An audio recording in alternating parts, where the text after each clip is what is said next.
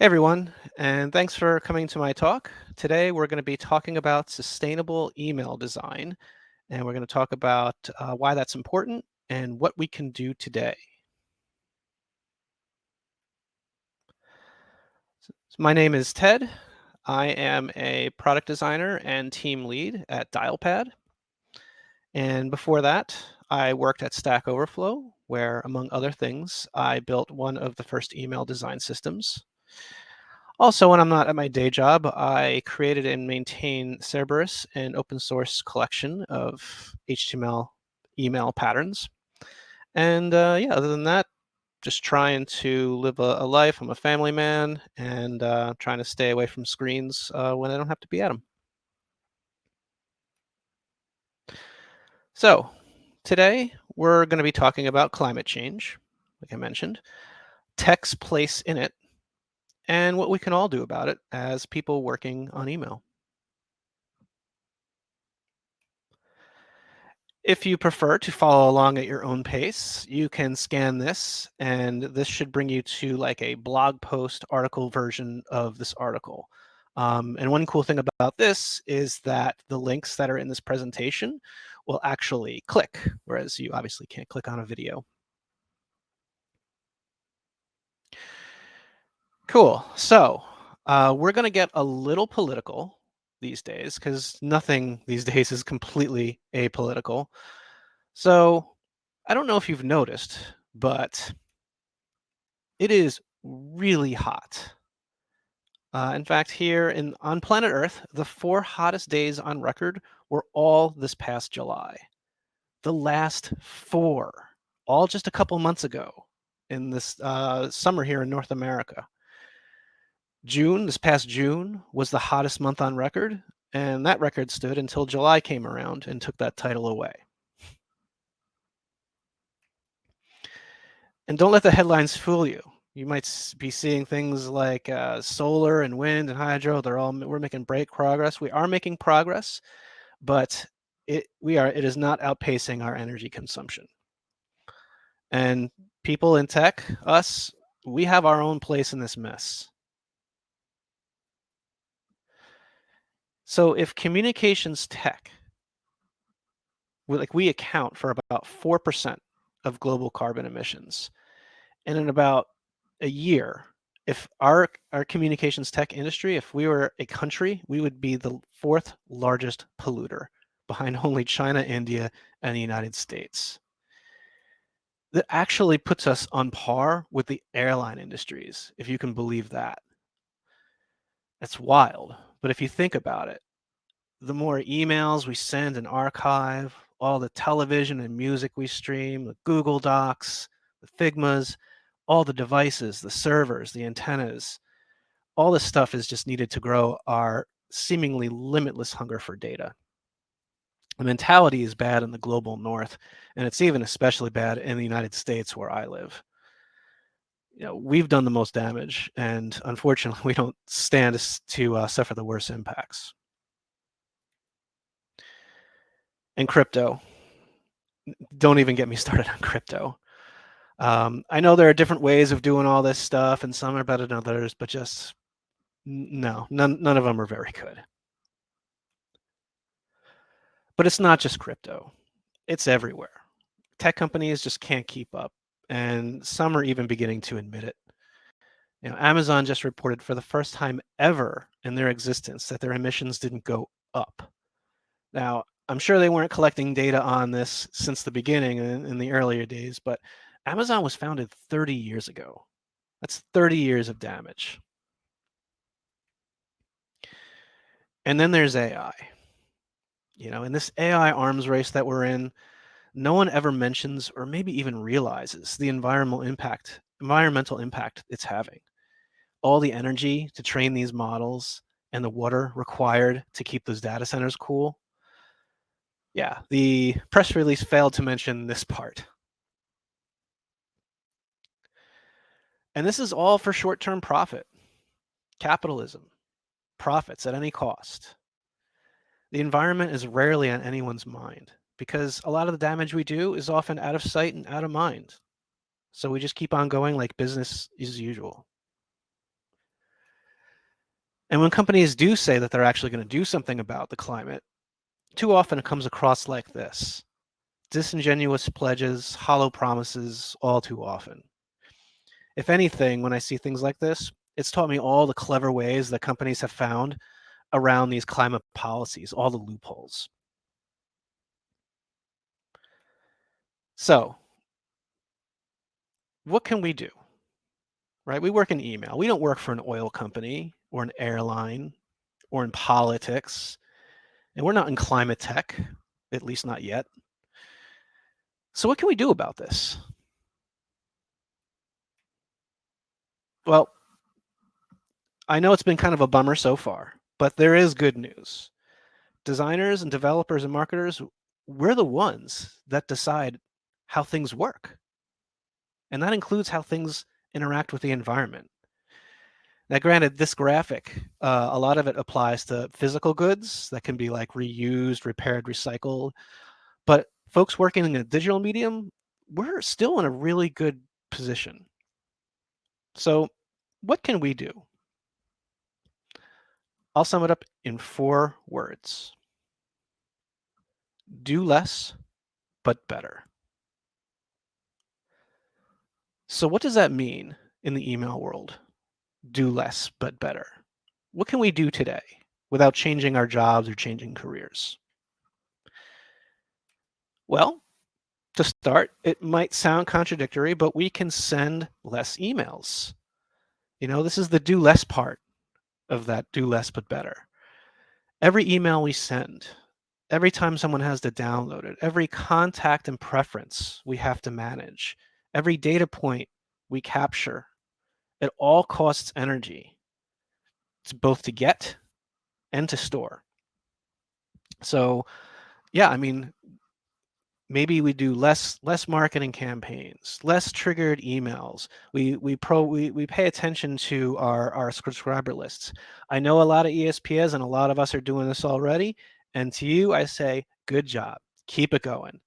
But we need more of this. We need to just cut down on the amount that we send and consume, and make sure that the stuff that we do send and consume, the signal to noise ratio is very high. So another thing we can do is make things fast. So this is the better, do less, but better part. Um, think about all the time we have to send, every time we send something over the wire, data, it takes energy. It costs energy to send it. It costs energy to receive it. So let's not do that any more than we have to, right? So, one thing is obviously we want to keep our file sizes down of things like images, fonts, overall size of emails. But we also want to think in HTTP requests, right? Like I mentioned, every trip to the server and back costs time and energy. So, a lot of times one larger image might be better than an image, two small images that are split up, right? Because it's just one trip as opposed to two. So we also want to be using content delivery networks, CDNs, and I'll talk a little bit more about this in a couple slides. And then just optimizing everything, squeezing the metadata out of them. Again, a lot of depending on how you build emails, a lot of either build processes have this stuff baked in. A lot of ESPs offer these sorts of tools, and that's great, and we should be using them, because we should just squeeze out and just send only what our recipients need to get value from each email that we send.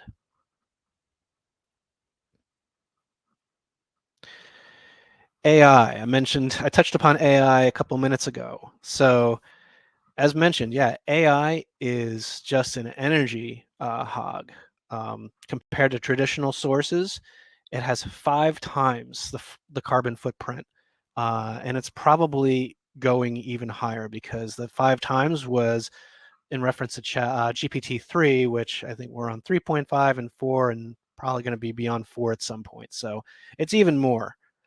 And that's because it takes a ton of energy to train all of these models, to query them and build responses on the fly. And then it's not only energy, but it's also all the water that it takes to keep all of these data farms cool. And I'll talk about that in a little bit too.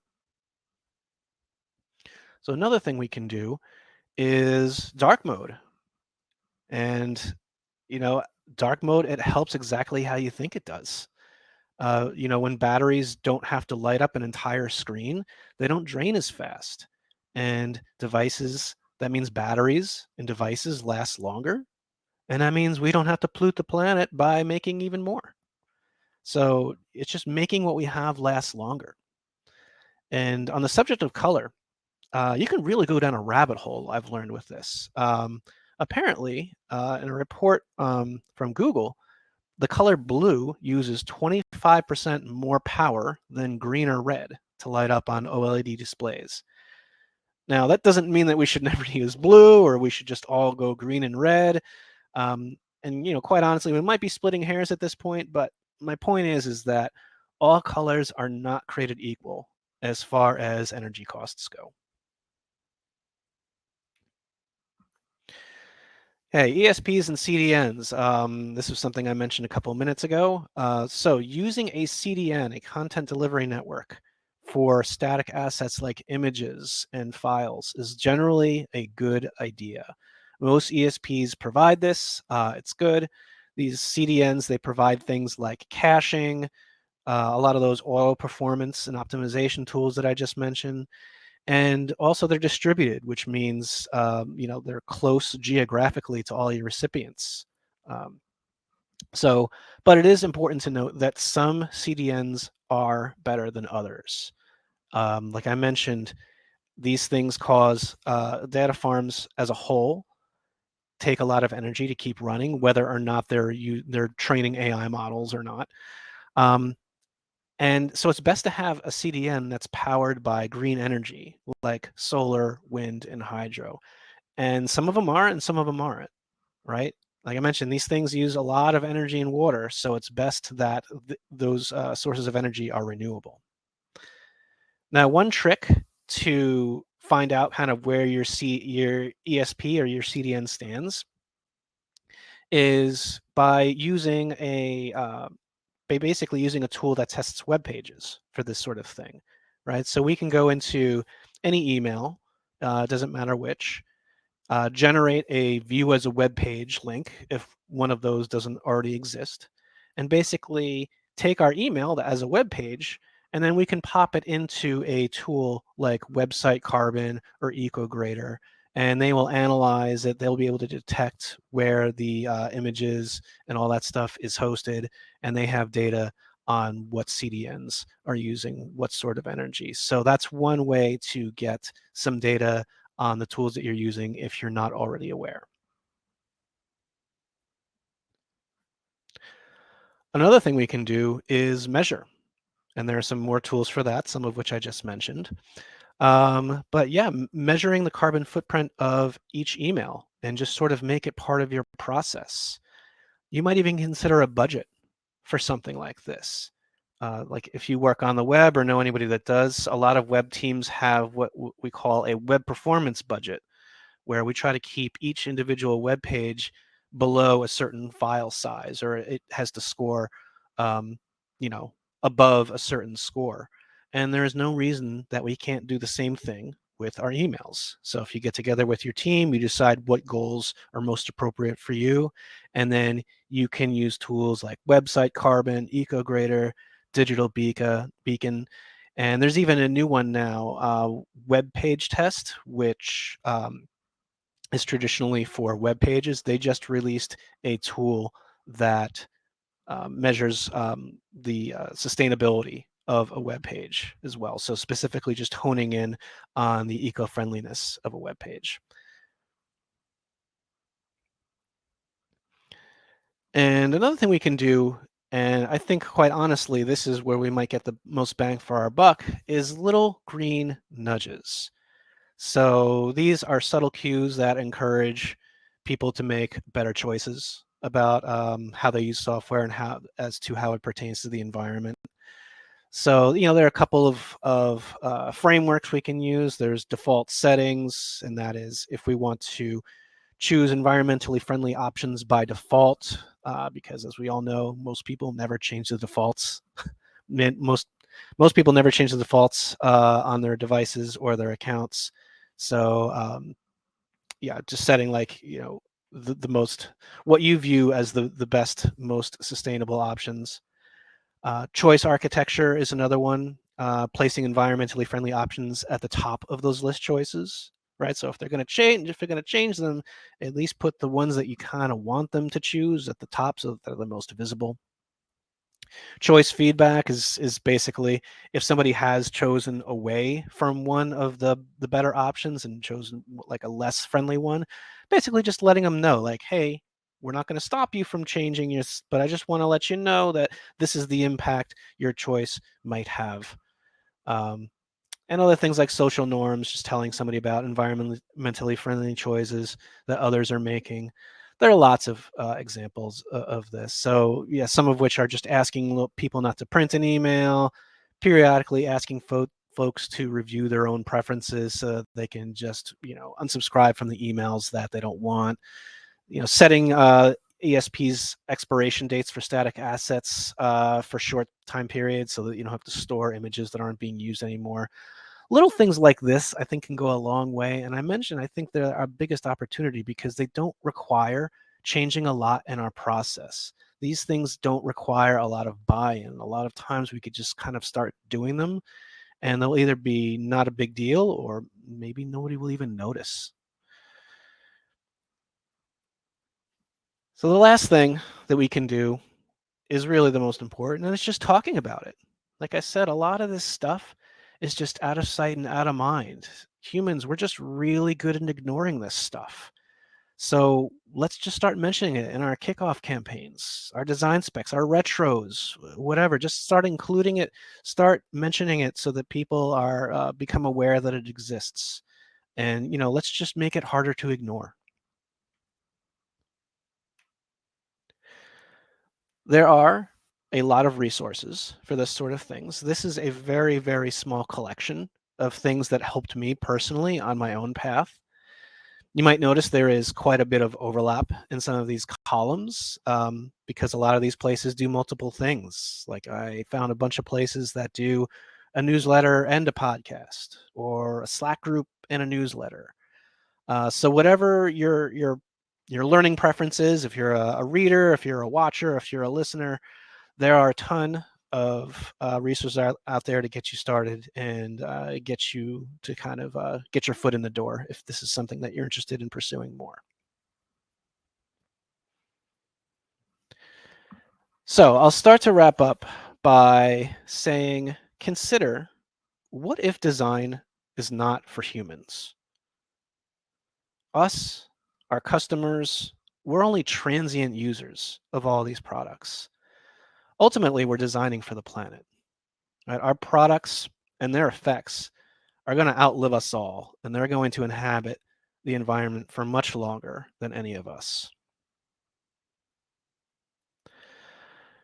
And one other thing I'll say is that a lot of what I've talked about, the do better but better part of do less but do better, focuses on building faster loading emails, which in technology, that's just about the only safe bet that we can make these days, right? Like websites come and go. Who knows what's going to happen with AI or blockchain or stuff like that? But no one's going to wake up in like 10 or 20 years and say, man, I really wish this took longer to load. It's like the only thing we can bet on. And we all know that faster loading things usually translates into higher conversions. So look at that. Turns out sustainable design and capitalism might just have something in common.